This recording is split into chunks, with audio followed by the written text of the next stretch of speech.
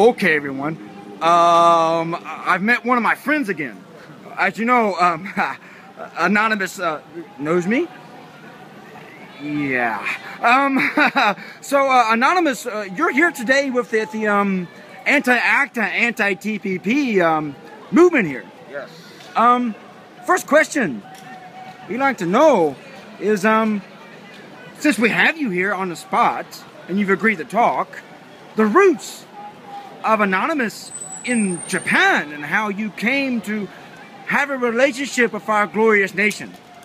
Well, of course, I think Anonymous in Japan probably started mostly in the expat community. Back in 2008, when the anti-Scientology protests started up, there were global protests all over the world, mostly North America, Australia, in Europe. Germany is a pretty big contingent. But Japan had always been pretty small. In fact, I remember when the first protest happened in Japan, it was just one man who went outside or around the Scientology headquarters in, I think it's Otsuka in Tokyo. And he henceforth got the moniker Big Balls Anon, or was it Big Brass Balls Anon, one of the two, because he was the only guy to go out there. After that, a few of us followed from his example, and I heard about it just through a friend who was on the internet a lot, who came up to me and said, hey, you know, did you hear that Anonymous is taking on Scientology? And I thought, what the fuck's going on? The more I looked into it, I mean, I'd always had issues with Scientology, so this just kind of resonated with me. And, you know, Anonymous being what it is, anybody can just pick up and go from nothing. So it was very easy to get involved, very easy to participate. We had a couple of impromptu demos in Harajuku at first. That was before we figured out how to do police paperwork, so it was very hit and run. After that, we focused mostly on like guerrilla protests at carnivals and festivals where wearing a mask and running around with pamphlets was not so, let's say, it didn't attract so much police attention.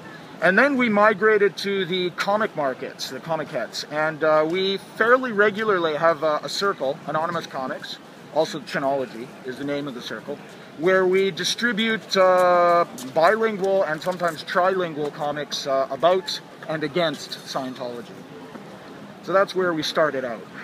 It's a very interesting history of how Anonymous came to know our nation here. But on that note, we would also like to know if you are willing to share, of course.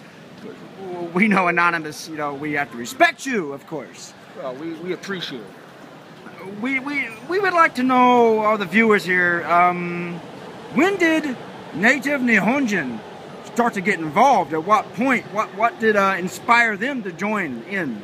Well, yeah. Obviously, back in the anti-Scientology days from 2008 onwards, there wasn't that much Japanese participation. And of course, you know, the anti-Scientology message was fairly minor because Scientology is not a big group in Japan, thank God.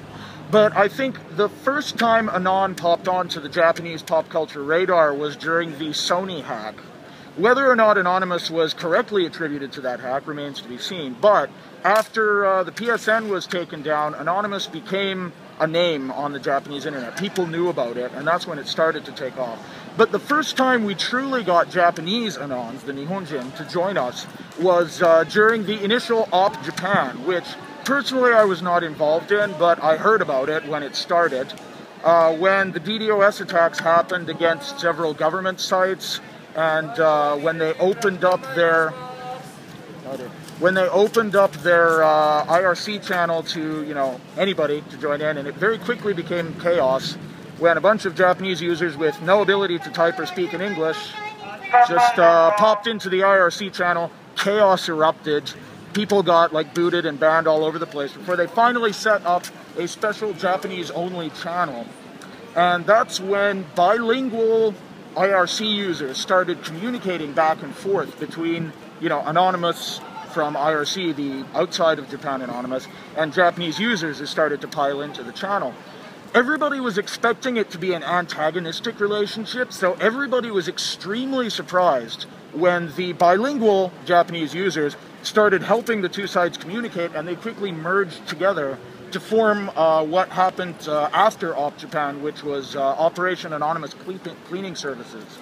I don't know if you heard about that, but in Shibuya earlier this year, there was a big outdoor cleaning protest. Where I remember that in Shibuya, where it was a PR event. Yes, it was. To introduce Anonymous to Japan in a very more, as we say, Japanese manner. Exactly. To where it could be digested a little bit better. Yeah. Obviously, the DDoS attacks came across as, you know, a hostile act, and there was some fear on the part of people that Anonymous would be interpreted as anti-Japan because it was attacking Japanese government sites. So the Japanese users decided to form Operation ACS in order to show, I guess, a friendlier face to the public.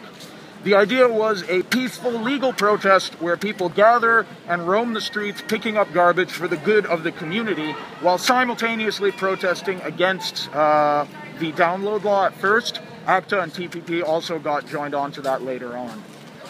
Well, you have been extremely informative today, Anonymous.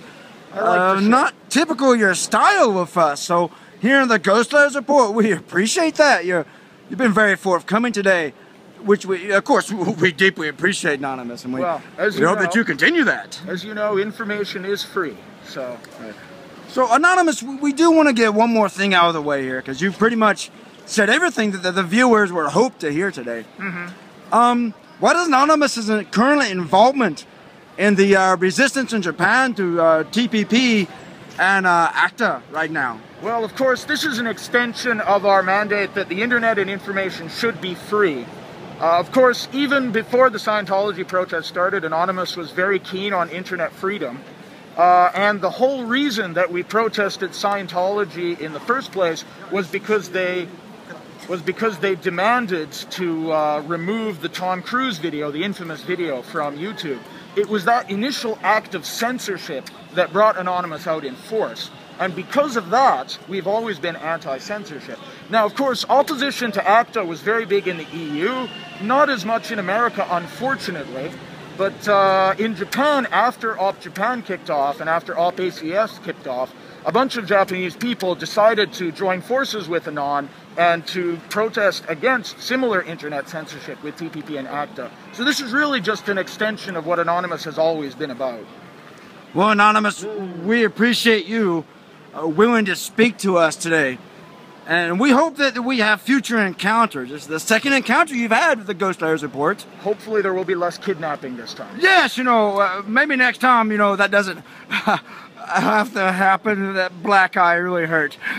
So some of our people are a little bit, what's the word here, over-enthusiastic. Oh, no, it's okay. I understand, of course. Well, good Anonymous. Well, we thank you, as always, for sharing this very valuable information and this inside look into what's going on here in Japan with Anonymous. So as always, keep up the fight. Keep up the fight. So until next time, this is the Ghost Letters Report. This time, no beating. So until next time, me checking out.